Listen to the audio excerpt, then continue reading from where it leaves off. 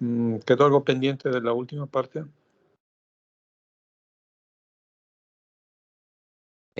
Doc, hoy solo deben presentar el caso clínico de ese tema. Ya, por favor, cuando gusten.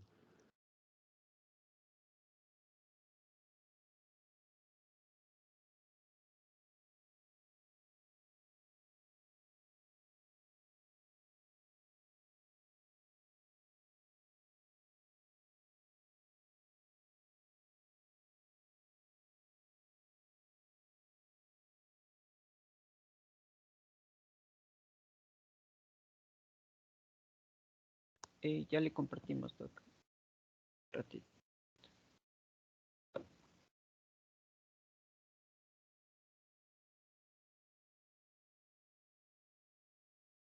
Buenos días, doctor. Buenos días, compañeros. El día de hoy vamos a revisar un caso clínico sobre el síndrome hepatorrenal.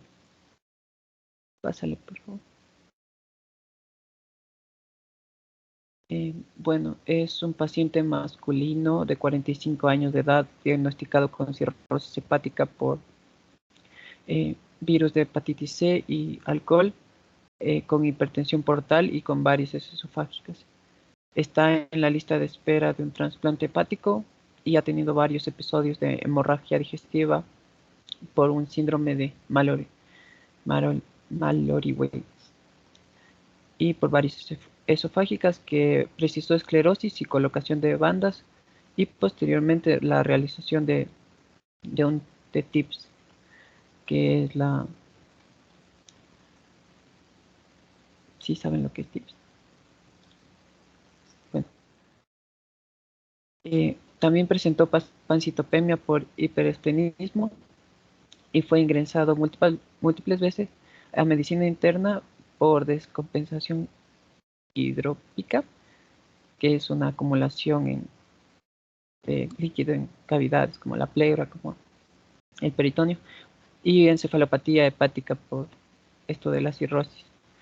Y también, bueno, ingresa por un cuadro de aumento del perímetro abdominal y edema en las extremidades inferiores, acompañado de disminución en la diuresis. Pásale.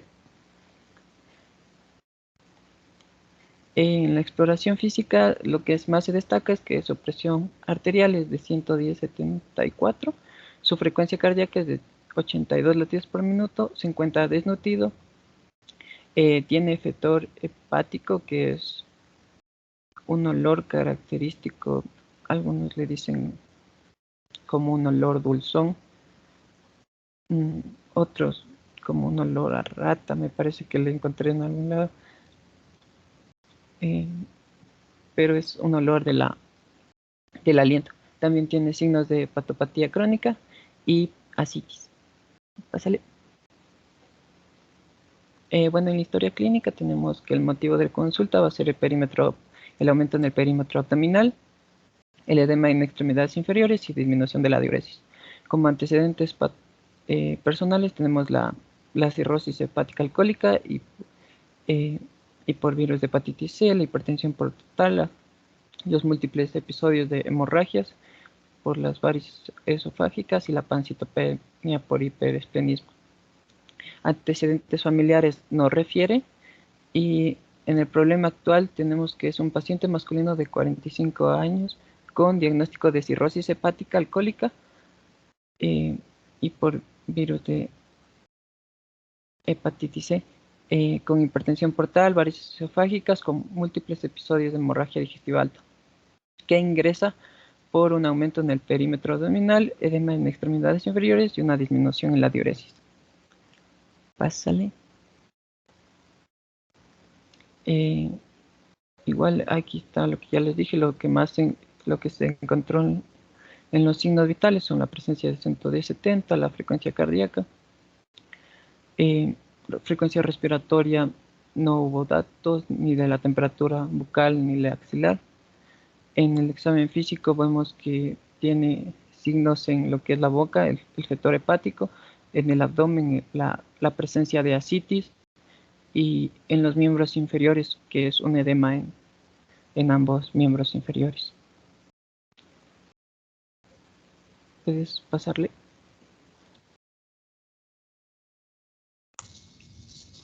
Bueno, dentro de los exámenes que se le realizaron, aquí está una química sanguínea que muestra una urea de 59 miligramos sobre decilitros, una creatinina de 2.7 miligramos sobre decilitros, un sodio de 121 miliequivalentes sobre litro y un potasio de 7 miliequivalentes sobre litros.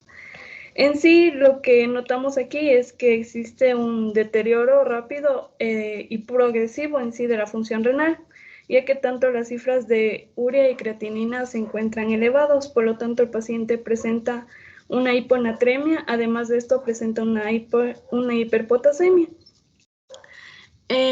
Junto con esto vemos que tiene una presión arterial de 90 sobre 50 milímetros de mercurio y una diuresis disminuida con 400 cc sobre 10. Por lo tanto, para el diagnóstico, los signos y síntomas más importantes que tomamos en cuenta es el antecedente de cirrosis hepática, tanto alcohólica y por el virus de la hepatitis C, junto con una hipertensión portal, la presencia de edemas en las extremidades inferiores, la disminución de la diuresis, los signos de hepatopatía grave y la citis de atención. Además de esto, el valor de la creatinina sérica que se encuentra elevado de 2.7 miligramos sobre decilitros y la inestabilidad hemodinámica, o sea, lo que mencionábamos de la presión arterial disminuida y la diuresis disminuida. Por lo tanto, junto con estos criterios, nosotros podemos ya estar hablando de un síndrome hepatorrenal. Pero si recordamos del síndrome hepatorrenal, existe dos tipos, el síndrome hepatorrenal tipo 1 o AKI y el síndrome tipo hepatorrenal 2 o no AKI. Por lo tanto, para el diagnóstico y la diferenciación de qué tipo de síndrome hepatorrenal presenta el paciente, nosotros analizamos que este es un síndrome hepatorrenal tipo 1, ya que presenta un valor de creatinina sérica superior a 2.5 miligramos sobre decilitros. Además de este, se presenta como una insuficiencia renal rápidamente progresiva. A diferencia del síndrome hepatorrenal tipo 2, que como vemos, la creatinina sérica se encuentra entre valores de 1.5 y 2.5 miligramos sobre decilitro. Además de esto, esta se asocia a una citis refractaria, a diferencia de lo que tenía el paciente, que es una citis de atención. Entonces, por lo tanto, nuestro diagnóstico es un síndrome hepatorrenal tipo 1. Bueno, en el tratamiento que se le emplea a este paciente... ¿Por qué le daría insuficiencia renal a este paciente? Debido a que la función renal, o sea, la creatinina, que es como un valor predictor de la función renal, estaría elevado, por lo tanto, habría una alteración ahí. Sí, yo sé, hijita, pero ¿por qué le da insuficiencia renal?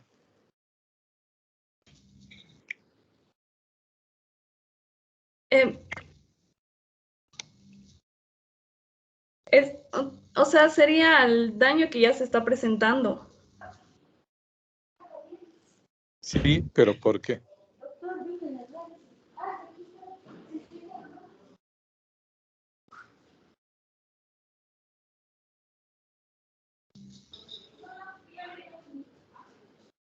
Debido a la disfunción respiratoria que está presentando el paciente con la hipertensión arterial, entonces va a haber una activación de distintos, o sea, como esa activación de distintos sistemas que van a tratar de preservar la función renal. Entonces, como esta ya es superior y por lo tanto no, aún así con estos sistemas activadores va a sobrepasar esa respuesta, se puede ir a desarrollar una insuficiencia renal aguda. ¿Alguien que sepa por qué está con insuficiencia renal el paciente? Tal vez por vasoconstricción renal intensa. Perfecto. El estrato fisiopatológico en el síndrome hepatorrenal es un fenómeno de vasoconstricción de los dos riñones. Por favor, continúe con el caso. Bueno, en el tratamiento que se le emplea a este paciente es la terlipresina de 1 miligramo vía intravenosa cada 4 horas. Y dentro de los tratamientos farmacológicos, este es uno de los recomendados para el síndrome hepatorrenal tipo 1. ¿Cuál es el efecto de la terlipitresina? ¿Qué hace?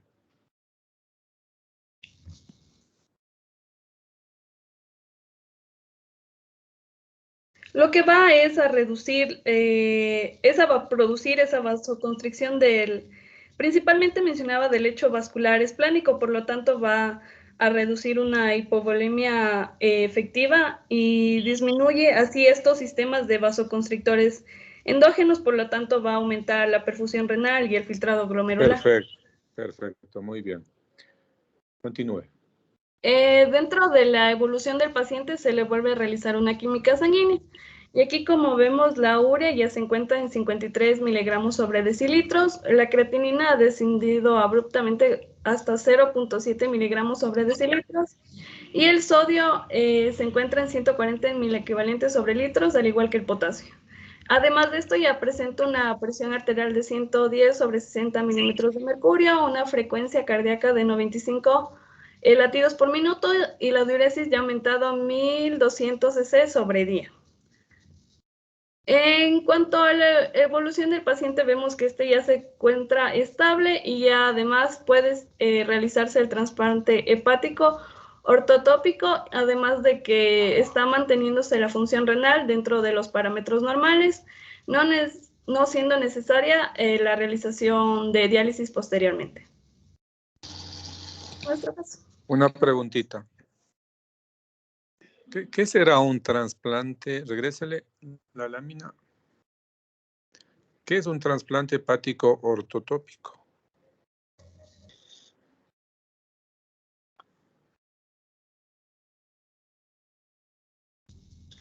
El trasplante hepático ortotópico es el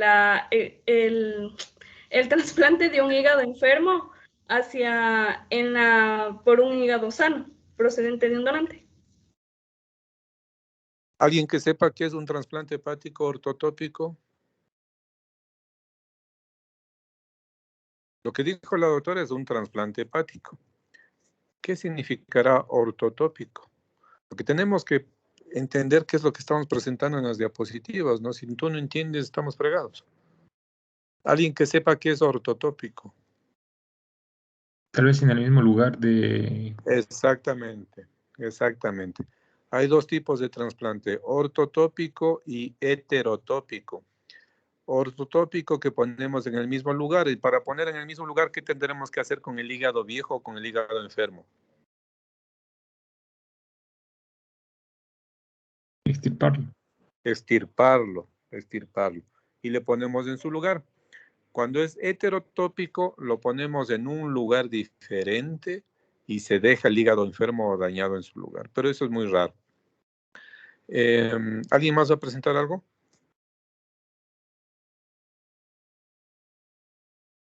Sí, Doc, de aquí tocaría exponer el síndrome nefrótico y nefrítico, que sería el primer tema de la unidad 3. Por favor, adelante.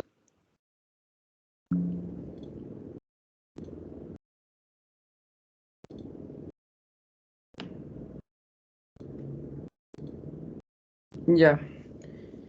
Bueno, buenos días, doctor, buenos días, compañeros. Nosotros vamos a exponer sobre el síndrome nefrótico y el síndrome nefrítico. Entonces, para empezar, vamos a iniciar definiendo lo que es el síndrome nefrótico, que, bueno, este va a ser causado por una mala función del filtrado glomerular y es una consecuencia clínica del aumento de la permeabilidad de la pared capilar glomerular. Entonces, este síndrome nefrótico se va a caracterizar por estos 5 signos. El más importante es la proteinuria, la proteinuria es imprescindible para dar diagnóstico a este síndrome. Tiene que ser mayor a 3.500 miligramos en 24 horas o lo mismo que es 3.5 gramos. También una relación de proteína-creatinina en la orina de mayor de 3.500 miligramos por gramo y una proteinuria de rango nefrótico. Entonces este va a ser el signo más importante en el síndrome nefrótico. También tenemos otro que es la hipoproteinemia como consecuencia de la proteinuria. Al existir exceso de proteína en la orina, va a existir una hipoalbuminemia en la proteína sérica del plasma. Entonces, la proteína que más se va a continuar con el aclaramiento renal va a ser albúmina. Por lo tanto, va a existir en menos de 6 gramos por decilitro en la hipoproteinemia y una hipoalbuminemia de menos de 3 gramos por decilitro. Esto también nos va a dar como consecuencia del aclaramiento renal de las proteínas y una disminución en los valores séricos, nos va a dar una tendencia a la infección por la hipogamaglobulinemia, disminución de la inmunoglobulina, y entonces esto nos va a tender a tener infecciones. Otra consecuencia del síndrome nefrótico también es el edema. Al existir esta hipoproteinemia, las presiones oncóticas, las presiones hidrostáticas van a estar desreguladas. La presión oncótica de las proteínas va a permitir que los líquidos se trasvasen fuera de los vasos, que ya veremos en la fisiopatología cómo ocurre esto. El edema de estos pacientes es blando, deja fobia y puede aparecer en párpados y miembros inferiores. Otra de las consecuencias también es la hiperlipidemia mixta. Se caracteriza por una hipercolesterolemia de mayor de 250 miligramos por decilitro y hay aumento de lipoproteínas, tanto de baja densidad como de muy baja densidad. Esto es porque al existir una hipoproteinemia causada por la proteinuria, el hígado va a tratar de aumentar la síntesis de proteínas y las únicas lipoproteínas que no se van a aclarar en la orina van a ser la LDL, contribuyendo hacia una hiperlipidemia. Esto también condiciona presión de arteriosclerosis. Ya veremos más adelante esto. Y también la hipercoagulabilidad, que esto son tendencias a trombos vasculares en más del 50% de los pacientes con síndrome nefrótico. Aquí en la imagen superior vemos una imagen de edema, de síndrome nefrótico. Bueno, dentro de la etiología tenemos ciertas causas. Las más frecuentes son las glomerulopatías, las más frecuentes en adultos son las glomerulopatías primarias y secundarias. Dentro de las secundarias, la diabetes mellitus es la causa más importante de síndrome nefrótico. Y a nivel de los niños, la enfermedad de cambios mínimos, que está aquí como glomerulopatía primaria, es una de las causas más importantes en niños. Esta enfermedad de cambios mínimos se refiere más bien a que el aumento de la permeabilidad de la pared capilar glomerular está dado por cambios electroquímicos en la membrana. Ya, este es otro tema que ya veremos más adelante. Otras causas también pueden ser fármacos como los AINES, el mercurio, el litio, enfermedades autoinmunes como el lupus eritematoso, la dermatomiositis, la artritis reumatoide, otras patologías también, patologías obstétricas, etc. En esta tabla vemos que la nefropatía de cambios mínimos, como ya les dije, representa el 39% de la etiología de los niños. Y como vemos en esta tabla, pues también tenemos ciertos factores como la nefropatía membranosa, que en adultos a mayores de 65 años ocupa el 28% de la etiología. Bueno, ahora sí, pasando a la fisiopatología, como ya les dije, se produce por una permeabilidad anormal de la membrana basal glomerular. Esta permeabilidad anormal va a permitir una pérdida de proteínas. La pérdida de proteínas en la orina va a causar una hipoproteinemia en la sangre. Esto va a contribuir a una disminución de albúmina, que va a ser entre el 70 y el 90% de las proteínas que se van a perder en la orina. La disminución de la albúmina va a conllevar a una disminución de la presión oncótica, como ya les dije, y una disminución, por lo tanto, del volumen plasmático. Esto va a contribuir a su vez a una estimulación de los sistemas presores debido a la disminución del volumen plasmático, el sistema renina-angiotensina, el sistema aldosterona, todos estos sistemas presores van a activarse y van a producir una captación, una retención de sodio y agua y edema debido a todo debido principalmente a la proteinuria. Esta hipoproteinemia va a caracterizarse por una disminución de gamaglobulinas, como ya les dije, disminución de la inmunoglobulina G, que va a predisponer infecciones, de la antitrombina 3 y factores de coagulación, y de proteínas transportadoras. Entonces, en la parte derecha aquí tenemos que globulinas, dentro de las proteínas transportadoras tenemos la globulina ligadora de tiroxina, que va a conllevar a que se disminuya la T3 y la T4. El transportador de cortisol va a producir una disminución de cortisol. El transportador de vitamina D3 va a producir una hipocalcemia, hipocalciuria, hiperparatiroidismo. Todo esto por disminución de las proteínas transportadoras. Dentro de esas también está la transferrina, que va a producir una anemia microcítica, una anemia hipocrómica, la ceruloplasmina, que va a producir la disminución de cobre, el transportador de zinc, que va a causar disgeusia, impotencia, respuesta inmune alterada.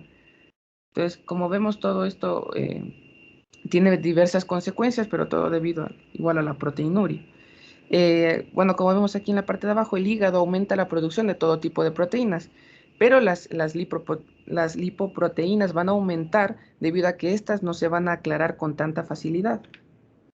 Aquí tenemos una imagen de la estructura de la barrera de filtración glomerular. Entonces tenemos tres componentes principales. Tenemos el podocito, que es esta célula que está aquí, tenemos el endotelio y tenemos la membrana basal glomerular. Entonces, para que el plasma pase a ultrafiltración, como vemos la flechita aquí, debe atravesar estas tres capas. Entonces, lo que normalmente ocurre es que existe un deterioro de esta función de la permeabilidad. Entonces, estas tres proteínas, la nefrina, la podocina, están directamente relacionadas entre sí y forman el poro por el que debe pasar el ultrafiltrado del plasma. Entonces, si estas proteínas están alteradas o si hay toxicosis por fármacos o se altera esta barrera de filtrado glomerular, va a existir un aumento de filtrado y van a poder pasar las proteínas por este poro.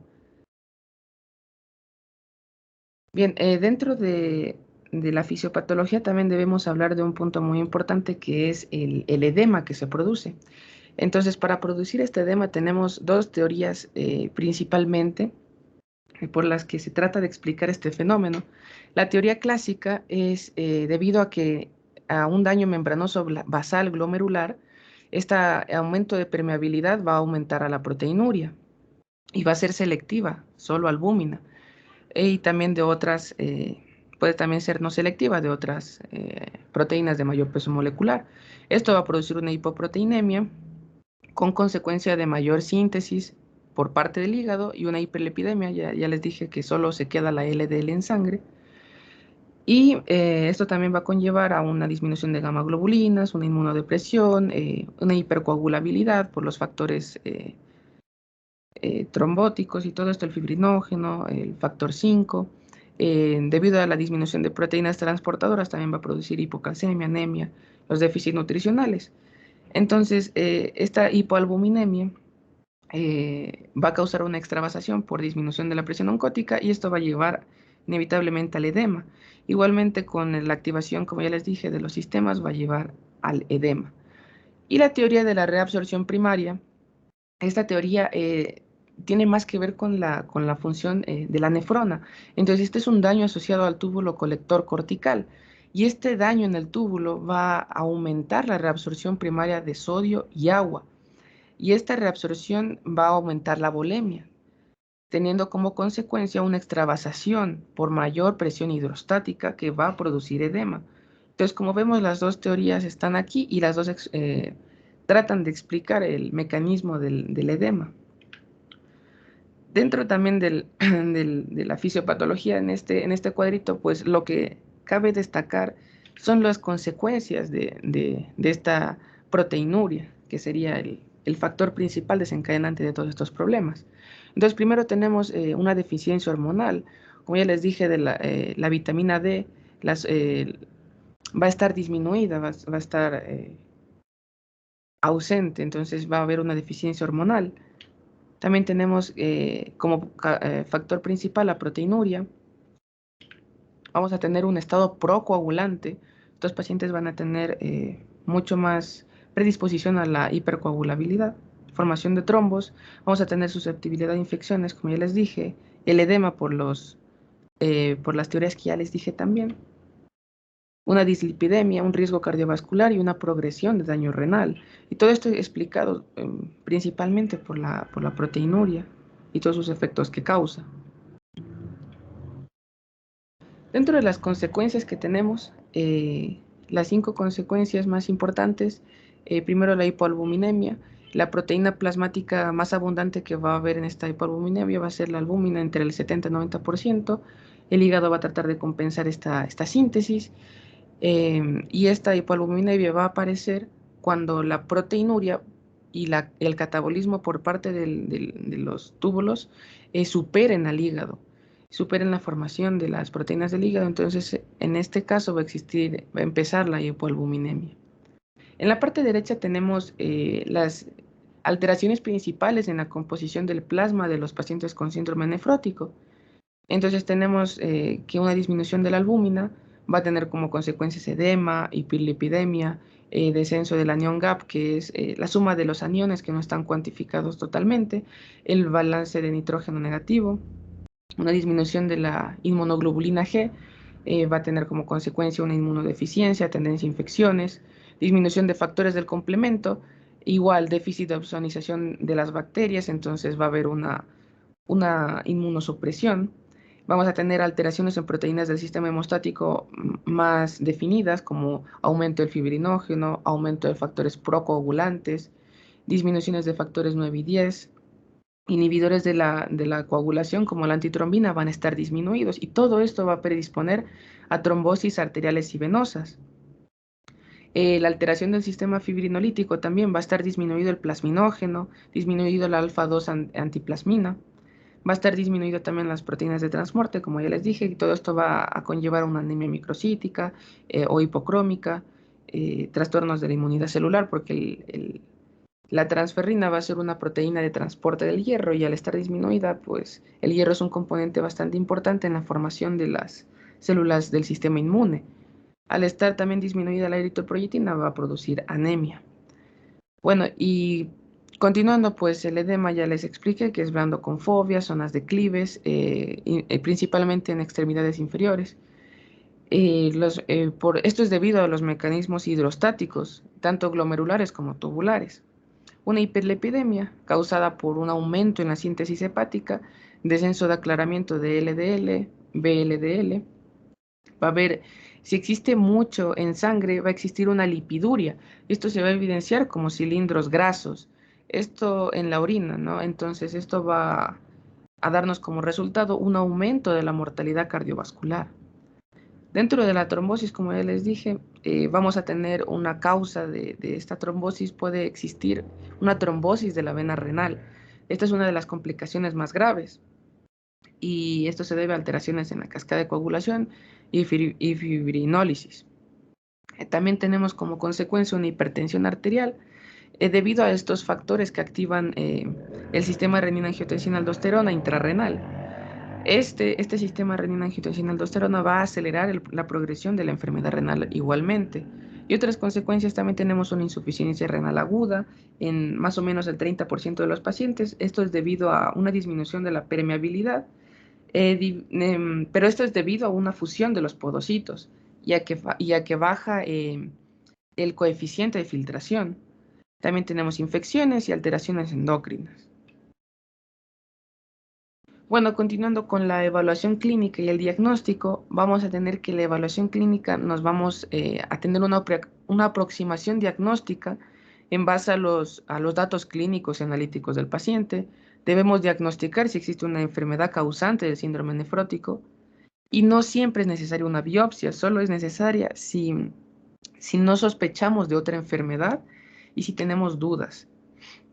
Entonces, primero vamos a proceder con una anamnesis. Entonces, aquí vamos a tener antecedentes, signos, síntomas de enfermedades sistémicas como el lupus, diabetes mellitus. Tenemos antecedentes de enfermedades infecciosas, Los fármacos también, como ya les dije, que era un factor etiológico importante, como los AINES, el captopril. Tenemos también que basarnos en la exploración física, signos de enfermedad sistémica, una situación hemodinámica, por ejemplo, la ingurgitación yugular, la presión arterial, la frecuencia cardíaca, intensidad de edemas, peso, diuresis frecuentes. De ahí tenemos las pruebas sistémicas, que van a ser las importantes. Debemos hacer pruebas de función renal, la creatinina sérica y el filtrado glomerular estimado, aclaramiento de creatinina, el suero. En el suero vamos a evidenciar los valores de glucosa, los valores de urea, iones, proteínas totales, la albúmina, el colesterol y los triglicéridos. Los triglicéridos normalmente van a estar aumentados, pero no por un aumento de la síntesis de triglicéridos, sino que estos no van a ser degradados por las enzimas, entonces van a estar aumentados. Igual vamos a tener que hacer una valoración de las transaminasas hepáticas. En la orina vamos a evidenciar una proteinuria de 24 horas y también un sedimento urinario. Y bueno, y las pruebas serológicas específicas es más bien para evidenciar un trastorno de la inmunidad. Entonces se van a ver fracciones del complemento C3 y C4, anticuerpos, el proteinograma, anticuerpos frente a estreptococo, que es una bacteria frecuente encapsulada que podría estar, debido a que el complemento se encarga de destruir las barreras membranosas, las membranas celulares de las bacterias. Entonces anticuerpos frente a estreptococos, serología frente a sífilis también. Bueno, y dentro de esto, si no logramos dilucidar bien la etiología o la causa de esta enfermedad, no siempre es necesaria, pero si es necesaria, se indica la biopsia renal en estos casos. En el niño, en un síndrome nefrótico córtico resistente, que sea resistente a esteroides, en recidivas frecuentes y en presencia de hipocomplementemia, que sería disminución de los factores del complemento. Y en el adulto, cuando los datos analíticos no son concluyentes, cuando se sospecha de amiloidosis renal, y en diabetes mellitus con datos atípicos, con nefropatía diabética también. En estos casos se indica la biopsia renal para confirmar el diagnóstico. Bueno, y para finalizar en el tratamiento, primero tenemos que determinar la etiología, si es posible, y tratar lo que lo está causando. Y principalmente en el tratamiento nos vamos a enfocar en disminuir el edema. Entonces, primero nosotros tenemos que hacer cambios conductuales en el paciente, un reposo relativo. Esto va a disminuir el hiperaldosteronismo, va a disminuir el edema. Vamos a tener también que hacer cambios en la dieta del paciente, restricción hidrosalina, una dieta normoproteica de 1 gramo por kilo al día. También si el paciente tiene hábitos tabáquicos, abandono del tabaco. Diuréticos, se recomiendan las tiazidas de 50 a 100 miligramos y la espironolactona de 50 a 200 miligramos. La furosemida, que es un diurético de asa, está indicado en algunos casos de 80 a 240 miligramos por vía oral. Como se ve, la dosis está un poco elevada, pero es porque en este tratamiento, en este tipo de tratamientos, la furosemida se da más elevada porque el paciente no tiene tanta sensibilidad a este tipo de fármacos, entonces hay que darle dosis más altas. En el control de la tensión arterial se pueden dar los inhibidores de la enzima convertidora de angiotensina, los antagonistas del receptor de aldosterona, y estos de aquí van a ser de primera línea, ya que disminuyen en sí la proteinuria. Para tratar otras consecuencias, como ya vimos, de la dislipidemia, por ejemplo, se recomiendan las estatinas, y para la profilaxis del tromboembolismo que también causaba, tenemos como fármacos la aspirina y antiagregantes plaquetarios, también las heparinas de bajo peso molecular que le podemos dar al paciente si tiene problemas más graves.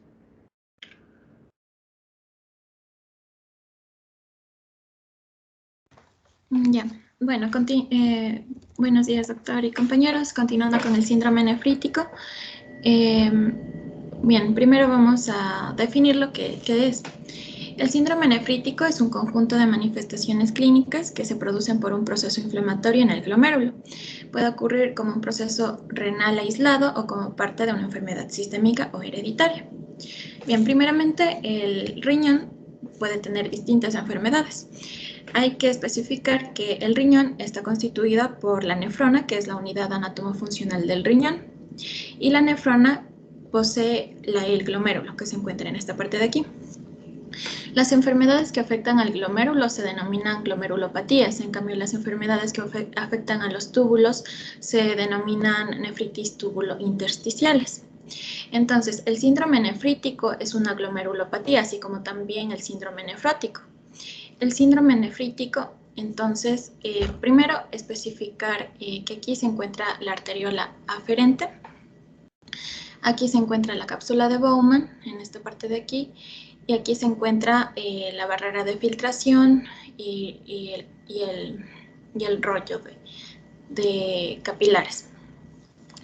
Bien, entonces en el síndrome nefrítico aquí vamos a especificar que hay células mesangiales.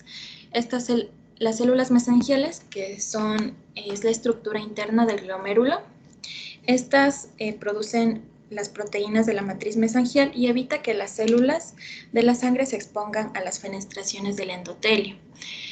Bien, y también posee, aquí se encuentra la barrera de filtración que está aquí en amarillo. Bueno, esta barrera de filtración posee algunas capas, que son los podocitos, que son células, la lámina basal y la célula endotelial. Y cuando se daña la barrera de filtración, permite que las proteínas salgan. Y cuando se daña las células mesangiales, permite que las células eritrocitarias salgan. Por lo tanto, el síndrome nefrítico es un daño tanto de las células mesangiales como de la barrera de filtración, de las dos estructuras. Es así que dentro de las manifestaciones clínicas se va a dar una hematuria y también una proteinuria, pero no tan elevada como en el síndrome nefrótico, sino que son a niveles más bajos. Bien, el síndrome nefrítico puede ser agudo, en donde se caracteriza por una creatinina sérica aumentada durante muchas semanas o menos. También puede ser crónico, la insuficiencia renal puede progresar durante varios años.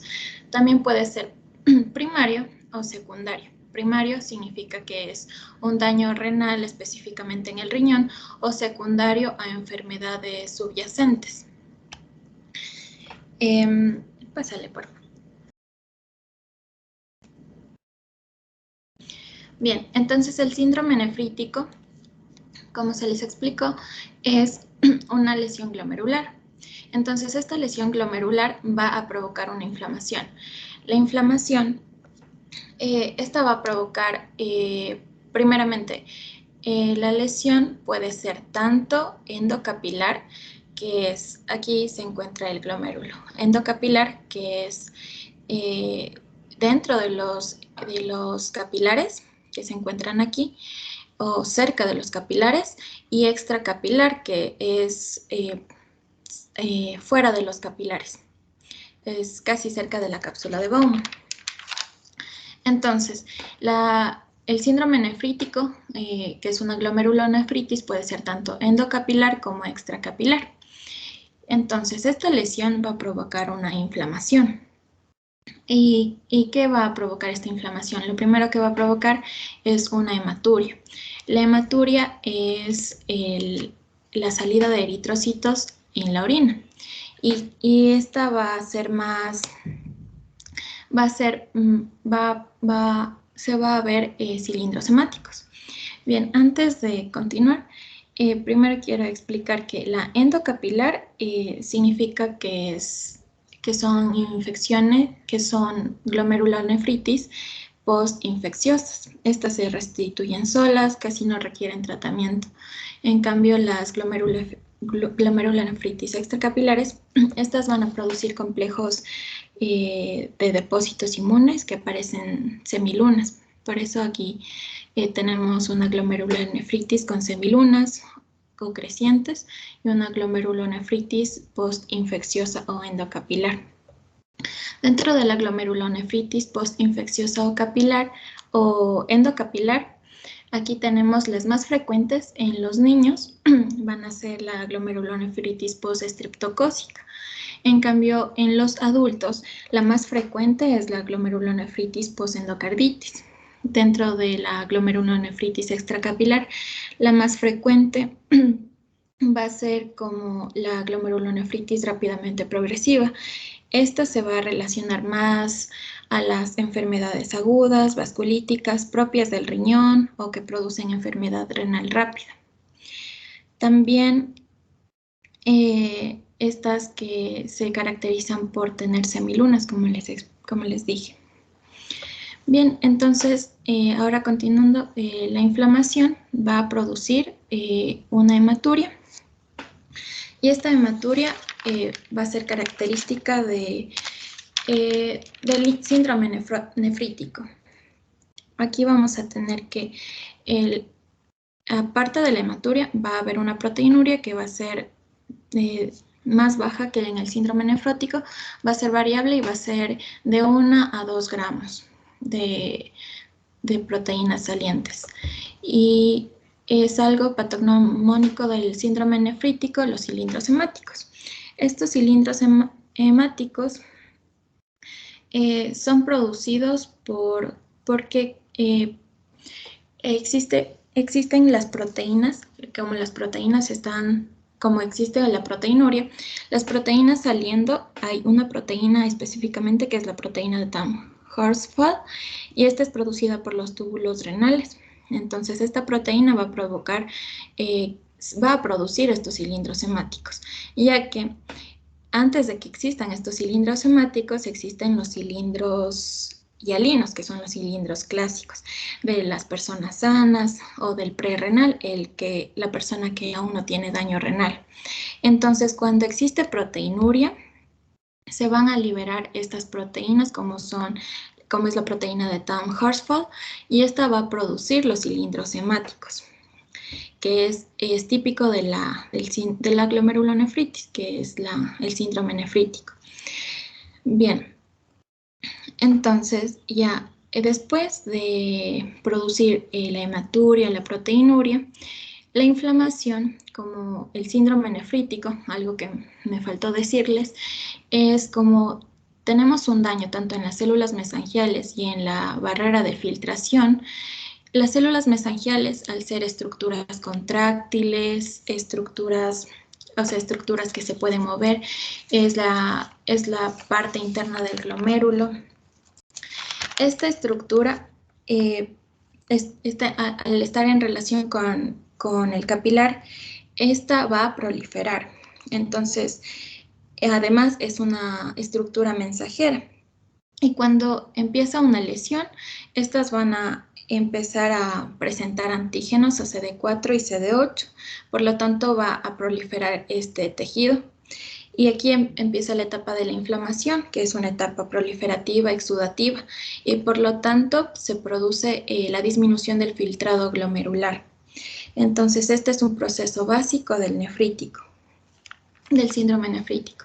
Entonces, al producirse una disminución del filtrado glomerular, se va a producir oligoanuria, azoemia, que es específicamente la elevación de la creatinina, la urea, que son compuestos nitrogenados.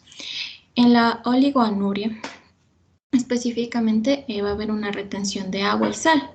La retención de agua y sal va a provocar una hipertensión arterial. Esta hipertensión arterial no es cualquier hipertensión arterial.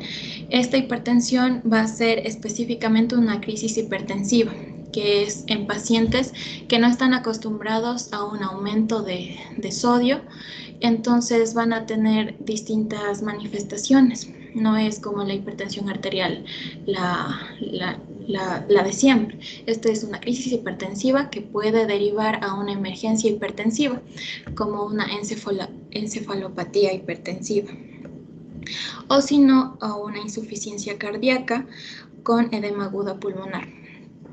Este aumenta el eje renina-angiotensina-aldosterona y produce el edema. ¿Por qué se producía el edema? Pues porque al disminuir las proteínas en sangre, disminuye la presión coloidosmótica, que es la presión que ejercen las proteínas para retener las proteínas dentro del vaso sanguíneo. Y este va a provocar que el líquido vaya al intersticio y se hinchen los tejidos. Entonces, al provocar el edema, bueno, ya tenemos las manifestaciones clínicas como el edema en los tobillos. Bien, y la proteinuria hay que recalcar que es menor a la del síndrome nefrótico. Esta es una proteinuria baja de 1 a 2 gramos. Y bien, aquí se encuentran los cilindros hemáticos, que ya les expliqué, y eso, pásale por favor. Bien, aquí algo un poquito dentro de la fisiopatología del síndrome nefrítico. Aquí vamos a tener alteraciones que ya les mencioné. Pueden ser genéticas, alteración del ADN del exón, inmunológicas, el anticuerpo contra el glomérulo, por perfusión. Aquí va a haber complejos antígeno-anticuerpos. Por la coagulación se va a activar el sistema del complemento, por la vía clásica de la lectina, de la alternativa.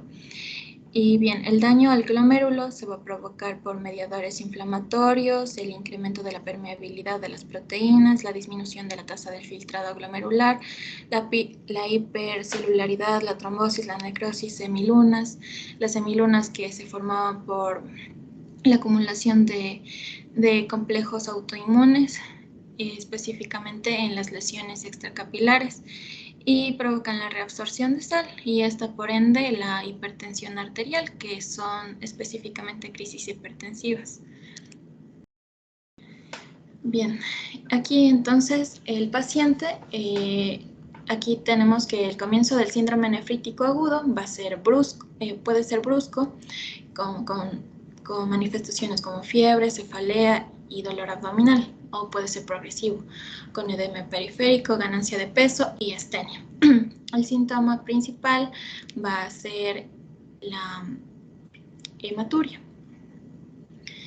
Entonces, la hematuria también puede verse con espuma, la orina se puede ver con espuma, y hay que diferenciar entre la hematuria urológica, que va a ser roja con coágulos, o urotelial, que puede ser marrón o color té o color Coca-Cola. La hematuria también obviamente se va a ver acompañada de oliguria. Bien, y aquí en la anamnesis hay que conocer un antecedente cercano de infección, y que es infección del tracto respiratorio superior de la piel y orienta a una glomerulonefritis aguda postestreptocócica o postinfecciosa, que es una glomerulonefritis endocapilar. Y hay que buscar signos de alarma, como por ejemplo la edad menor a 4 años o mayor a 15 años, porque como se explicó, es más frecuente en los niños una glomerulonefritis postestreptocócica. Y en los adultos una glomerulonefritis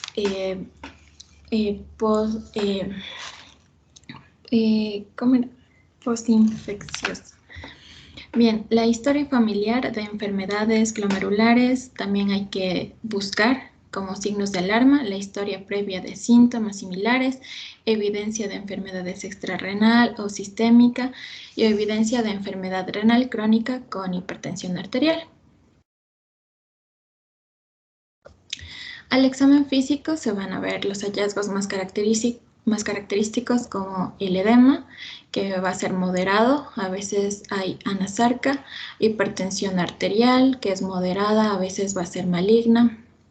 En la piel va a ser el rash típico en ala de mariposa, lesiones elevadas, palpables, purpúricas, y en las articulaciones va a haber artritis, hiperelasticidad, rigidez, en algunos casos. Para las pruebas de laboratorio tenemos algunas que son, por ejemplo, los estudios urinarios. Aquí se va a observar la hematuria, la proteinuria de bajo grado, menor a 500 miligramos al día, a proteinuria nefrótica, que es mayor a 3.000 miligramos al día. Se van a observar cilindros hemáticos, granulosos y hialinos. Estudios hemáticos, que se va a observar la velocidad de sedimentación globular y el PCR elevadas. También las pruebas de imagen, en donde se va a observar una ecografía como el tamaño del riñón normal, que no va a excluir una enfermedad renal crónica. Y la biopsia renal, que no se realiza en todos los casos, y estaba en las indicaciones va a ser en un deterioro rápido de la función renal, con insuficiencia renal establecida en la evolución, proteinuria mayor a 1 gramo, 1,73 metros cuadrados al día, persistencia de proteinuria y alteraciones inmunológicas no compatibles. El sangrado glomerular, aquí primero puede haber hematíes dismórficos con protrusiones, burbujas y vesículas, algo que también se caracteriza en la hematuria. Tanto haber cilindros hemáticos como también puede haber hematíes dismórficos. Pues sale. El enfoque diagnóstico se va dependiendo de los síntomas que presenta el paciente. Entonces, como es una enfermedad tanto que puede ser primaria como secundaria, primaria que se debe a un daño renal específicamente o secundaria a enfermedades, entonces aquí los síntomas... Doctora, tienes 5 minutos para terminar. Ya. Entonces aquí tenemos síntomas sistémicos, que si hay la presencia se debe a glomerulonefritis asociada a enfermedades sistémicas, como vasculitis, el síndrome de Renault-Scholden, el síndrome hemolítico urémico, el síndrome de Goodpasture, el Wagener, que son muy frecuentes. Y bien, y aquí entonces si no existen síntomas sistémicos se debe a una glomerulonefritis primarias, glomerulonefritis mesangial por inmunoglobulina A. Y bien, pues sale por algo que esto es los nefríticos primarios. Esto es importante. Como les expliqué, aquí vamos a tener el síndrome nefrítico muy frecuente en niños, que va a ser la glomerulonefritis aguda postestreptocócica. Esto va a ser endocapilar, difusa, que significa que va a haber mayor del 50% de los glomérulos comprometidos en la enfermedad. Y va a ser específicamente en los niños de 2 a 12 años, el intervalo. La latencia o el periodo de incubación va a ser aquí va a haber una infección especialmente por el Streptococcus pyogenes del grupo A, que también se le denomina gas, y va a ser una infección que puede ser faríngea o cutánea. En una infección faríngea, el periodo de incubación va a ser de 1 semana y en la cutánea va a ser de 2 a 3 semanas. En la infección faríngea, aquí tenemos que es más frecuente de 6 a 10 años, es más en el varón y en la cutánea la edad más frecuente es menor a los 6 años. En la latencia, aquí va a ser de 6 a 10 días. Tenemos un marcador que es el streptolicina O aquí, y aquí en la cutánea la latencia va a ser más de 2 semanas. Y listo. En los adultos, la glomerulonefritis postendocarditis va a ser frecuente y va a estar asociado a Staphylococcus coagulasa negativo. Pásale por.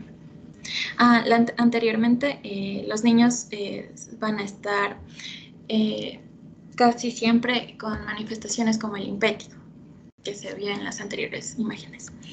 Bien, aquí tenemos en los nefríticos primarios igual, aquí en una glomerulonefritis extracapilar, la glomerulonefritis rápidamente progresiva, que era la más frecuente.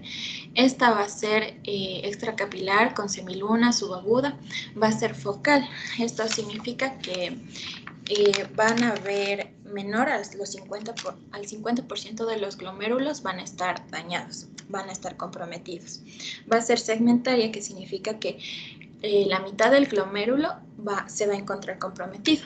Doctora, estás combinando otros temas que no eran del contenido Bueno. Sí, déjalo nomás, te está haciendo otra parte, esto es otra entidad clínica. Lo que se te pidió era solo síndrome nefrítico. Y que lo Sí, resumas. Ya está muy. ¿Podrías terminar, por favor? Ya termino. El anterior, solo el anterior nomás. El anterior. Y eso terminó. Son las glomerulonefritis asociadas a síndrome nefrítico. Y bueno, aquí tenemos la primarias y secundarias, que, o sea, solamente para especificar un poco.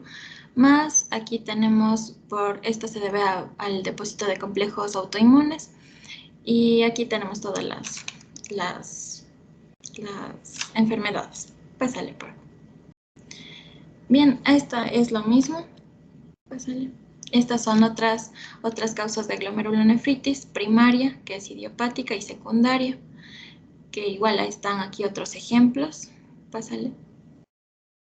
Igualmente, otros ejemplos, que puede ser por trastornos del tejido conectivo, trastornos inducidos por fármacos, en muchos casos. Pásale. Y en el tratamiento de indicaciones no hay un tratamiento específico, hay que tratar la enfermedad de fondo, si es que se debe a una enfermedad sistémica, y hay que tratar la crisis hipertensiva o la emergencia hipertensiva. Hay que recomendar reposo, no abusar de la sal si existen edemas o hipertensión arterial. Hay que realizar una dieta exenta de sal y disminuir la ingesta de líquidos. Se precisa de tratamiento con diuréticos, medicinas para que se orine más, para conseguir que los edemas y la hipertensión disminuyan en las formas más graves y que no remiten espontáneamente. A veces se requiere del uso de corticoides e incluso de otros inmunosupresores para controlar la respuesta inmune que está dañando el riñón dependiendo de la causa. Algunos casos requieren diálisis renal. Pásale por. Y aquí está el tratamiento de las enfermedades asociadas a glomerulonefritis o al síndrome nefrítico, que aquí están algunos, como por ejemplo en la glomerulonefritis rápidamente progresiva, lo que se recomienda es el glucocorticoides 4 a dosis altas o por vía oral intravenosa. Algunos pacientes requieren de ciclofosfamida oral o intravenosa, rituximab, glomerulonefritis pauciinmune. Bien, aquí tenemos simplemente algunas terapias. Pásale, por favor, que son para las glomerulonefritis asociadas, porque esto sí va a pasar, o sea, sí va a haber una clasificación. Pásale.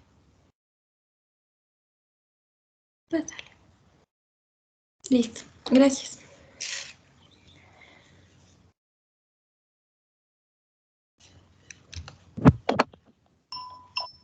Miren, yo no sé cuántas personas faltan, más luego las personas, los representantes me indican cuántas personas faltan en las posiciones, pero les había comentado que tienen que ser más cortas y concisas. Te extiendes mucho, sales de tu campo. Si no entienden algo, les había pedido ustedes me pueden llamar a cualquier hora del día a preguntar lo que no esté claro.